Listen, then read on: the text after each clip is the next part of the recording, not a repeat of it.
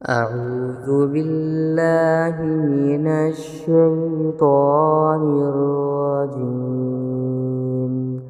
بسم الله الرحمن الرحيم. ولو أننا نزلنا إليهم الملائكة وكلمهم الموتى وحشرنا عليهم كل شيء قبلا ما كانوا ليؤمنوا إلا أن يشاء الله ولكن أكثرهم يجهلون. اور اگر بالفرض ہم ان کے پاس فرشتے بھیج دیتے اور مردے ان سے باتیں کرنے لگتے اور ان کی مانگی ہوئی ہر چیز ہم کھلی آنکھوں ان کے سامنے لا کر کے رکھ دیتے، تب بھی یہ ایمان لانے والے نہیں تھے، اللہ یہ کہ اللہ ہی چاہتا کہ انہیں زبردستی ایمان پر مجبور کر دے تو بات دوسری تھی، مگر ایسا ایمان نہ مطلوب ہے نہ معتبر، لیکن ان میں سے اکثر لوگ جہالت کی باتیں کرتے ہیں. وَكَذَلِكَ جَعَلْنَا لِكُلِّ نَبِيٍّ عَدُوًّا شَيَاطِينَ الْإِنسِ وَالْجِنِّ يُوحِي بَعْضُهُمْ إِلَى بَعْضٍ زُخْرُفَ الْقَوْلِ غُرُورًا وَلَوْ شَاءَ رَبُّكَ مَا فَعَلُوهُ فَذَرْهُمْ وَمَا يَفْتَرُونَ. اور جس طرح یہ لوگ ہمارے نبی سے دشمنی کر رہے ہیں، اسی طرح ہم نے ہر پچھلے نبی کے لیے کوئی نہ کوئی دشمن پیدا کیا تھا، یعنی انسانوں اور جنات میں سے شیطان قسم کے لوگ جو دھوکہ دینے کی خاطر ایک دوسرے کو بڑی چکنی چڑی باتیں سکھاتے رہتے تھے، اور اگر اللہ چاہتا تو وہ ایسا نہ کر سکتے، لہذا ان کو اپنی افترا پر دازیوں میں پڑا رہنے دو. وَلِتَصْغَىٰ إِلَيْهِ أَفْئِدَةُ الَّذِينَ لَا يُؤْمِنُونَ بِالْآخِرَةِ وَلِيَرْضَوْهُ وَلِيَقْتَرِفُوا مَا هُمْ مُقْتَرِفُونَ.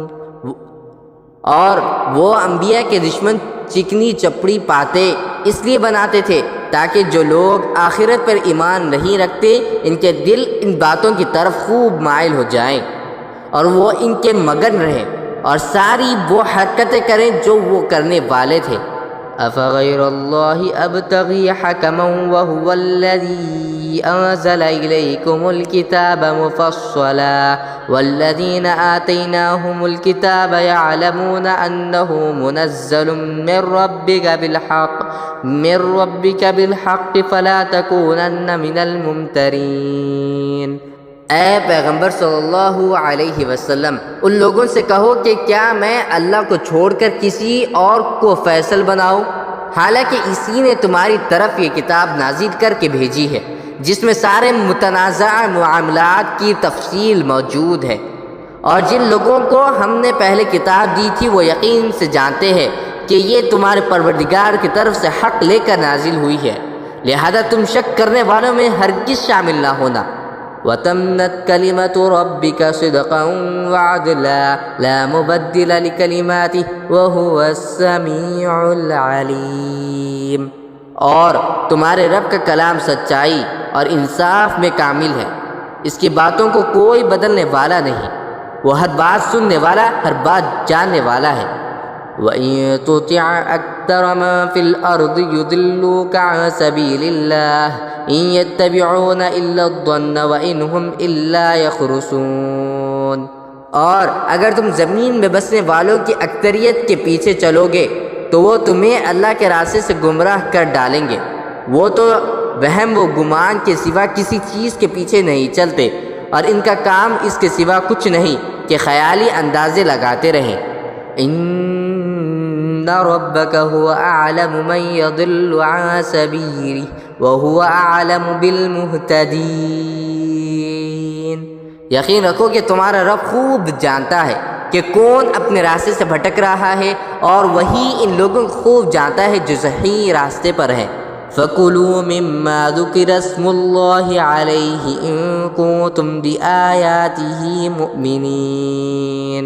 چنانچہ ہر اس حلال جانور میں سکھاؤ جس پر اللہ کا نام لیا گیا ہو، اگر تم واقعی اس کی آیتوں پر ایمان رکھتے ہو. وما لكم ألا تأكلوا مما ذكر اسم الله عليه وقد فصل لكم ما حرم عليكم إلا ما اضطررتم إليه وإن كثيرا ليضلون بأهوائهم بغير علم إن ربك هو أعلم بالمعتدين۔ اور تمہارے لیے کون سی رکاوٹ ہے جس کی بنا پر تم اس جانور میں سے نہ کھاؤ جس پر اللہ کا نام لے لیا گیا ہو، حالانکہ اس نے وہ چیزیں تمہیں تفصیل سے بتا دی ہے جو اس نے تمہارے لیے عام حالات میں حرام قرار دیے۔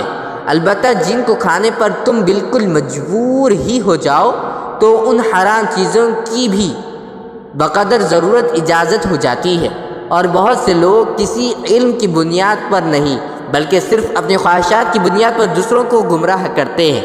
بلا شبہ تمہارے رب حد سے گزرنے والوں کو خوب جانتا ہے۔ وَذَرُوا ظَاهِرَ الْإِثْمِ وَبَاطِنَهُ إِنَّ الَّذِينَ يَكْسِبُونَ الْإِثْمَ سَيُجْزَوْنَ بِمَا كَانُوا يَقْتَرِفُونَ، اور تم ظاہری اور باطنی دونوں قسم کے گناہ چھوڑ دو، یعنی یقینی بات ہے کہ جو لوگ گناہ کماتے ہیں انہیں ان تمام جرائم کی جلد ہی سزا ملے گی جن کا وہ ارتکاب کیا کرتے تھے۔